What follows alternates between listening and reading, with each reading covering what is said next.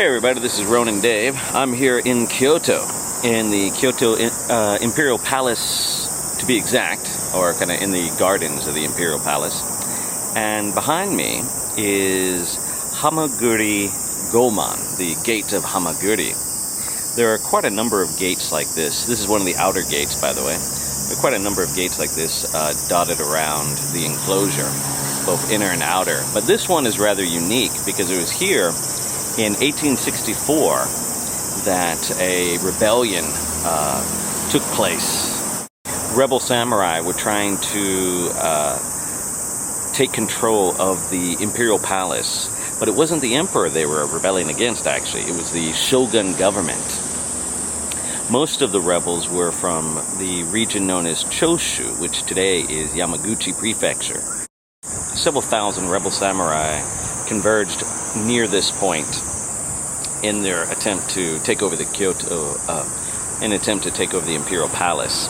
But they were met by Shogun defenders from the Aizu clan, who are from the Fukushima area, and Satsuma from the Kyushu region.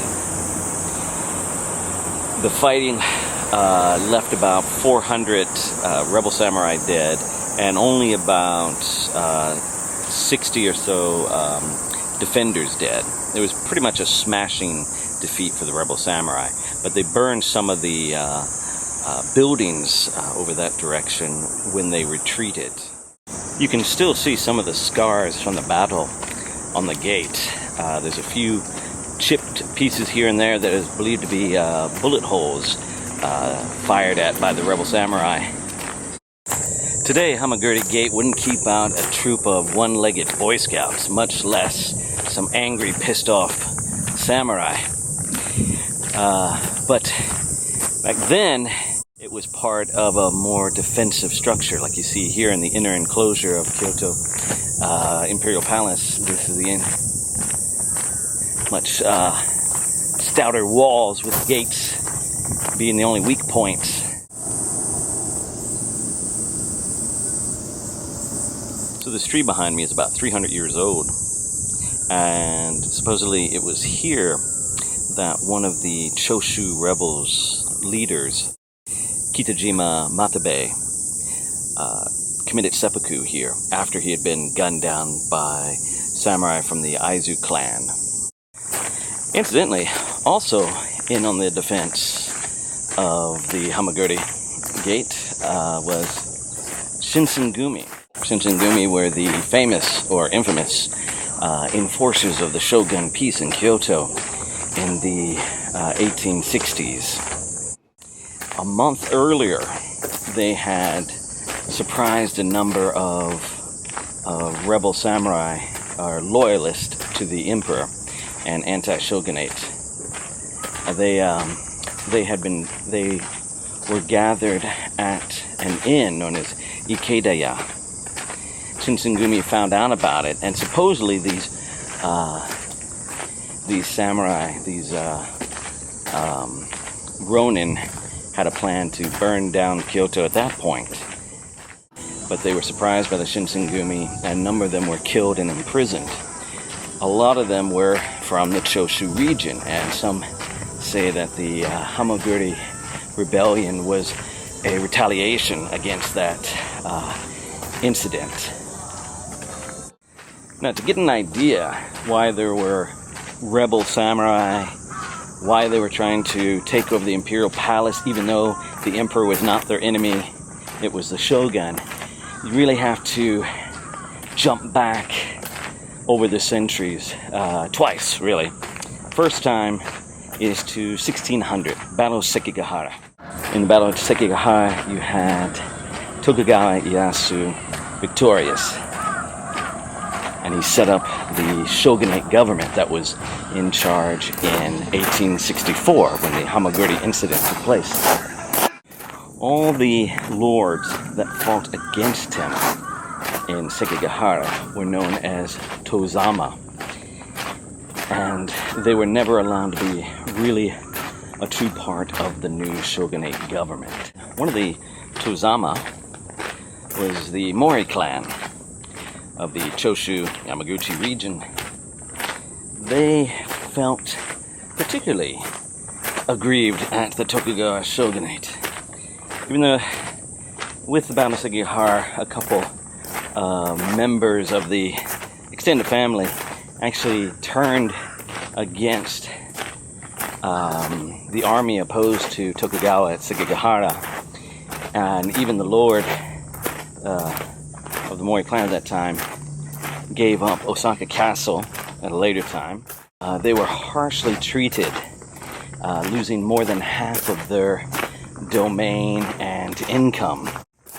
So Choshu kept a burning ember in their heart against the Tokugawa clan. In fact, every New Year's they would greet each other saying, "Is it time to overthrow the shogunate yet?" And the answer would always be, "No, not yet. Not yet." So that was one of the reasons that the Hamaguri Gomon incident occurred, because this clan had always been anti-shogun, even 250 years after the Battle of Sekigahara. They had not forgotten and they had not forgiven. Another reason for the Hamaguri incident, you have to go back to the 12th century and understand the politics of the day. It used to be that the government was basically run by the ministers of the imperial court.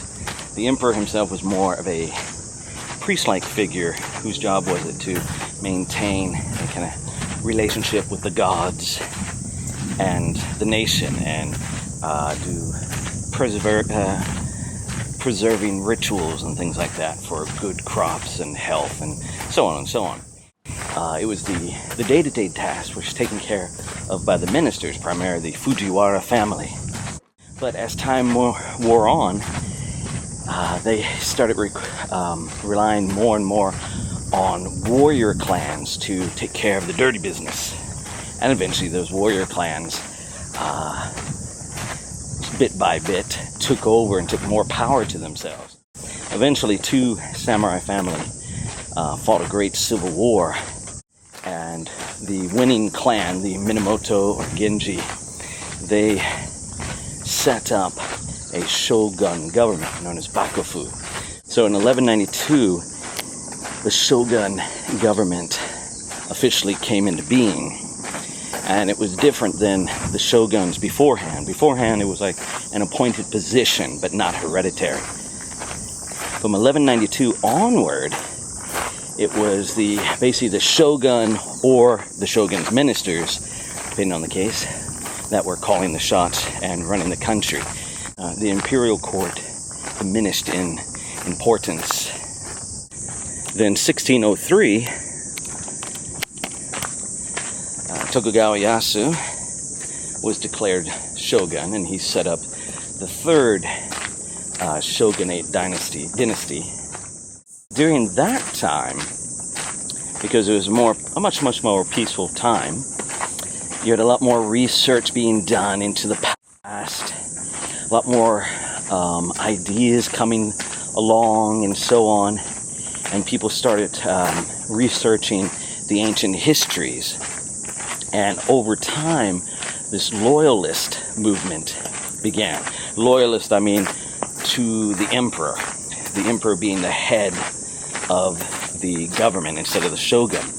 And so this was starting to have a major effect on the thinking of the day.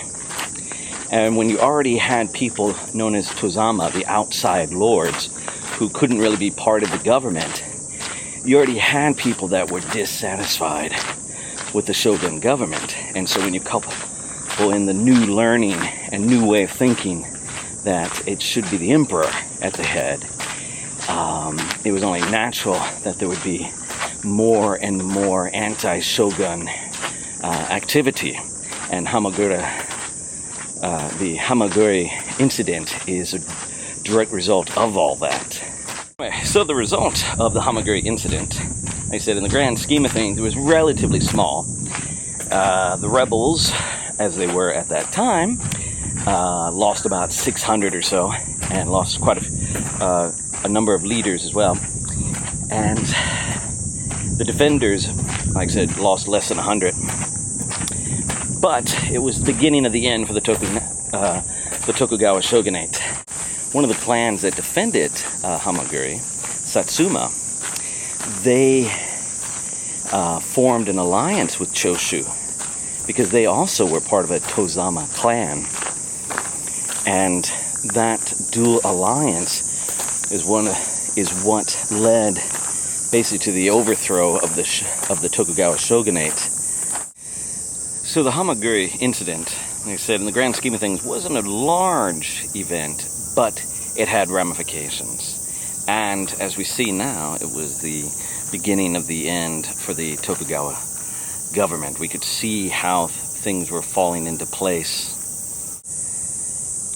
Personally, I think most of the casualties were from heat injuries, probably heat stroke. Because if you've ever been to Kyoto in the summertime, you know it is freaking hot and humid here. I'm only down here because there's a festival. Otherwise, I would never come to Kyoto during the summer. I strongly recommend against it. Anyway, so that was your history lesson for today. See you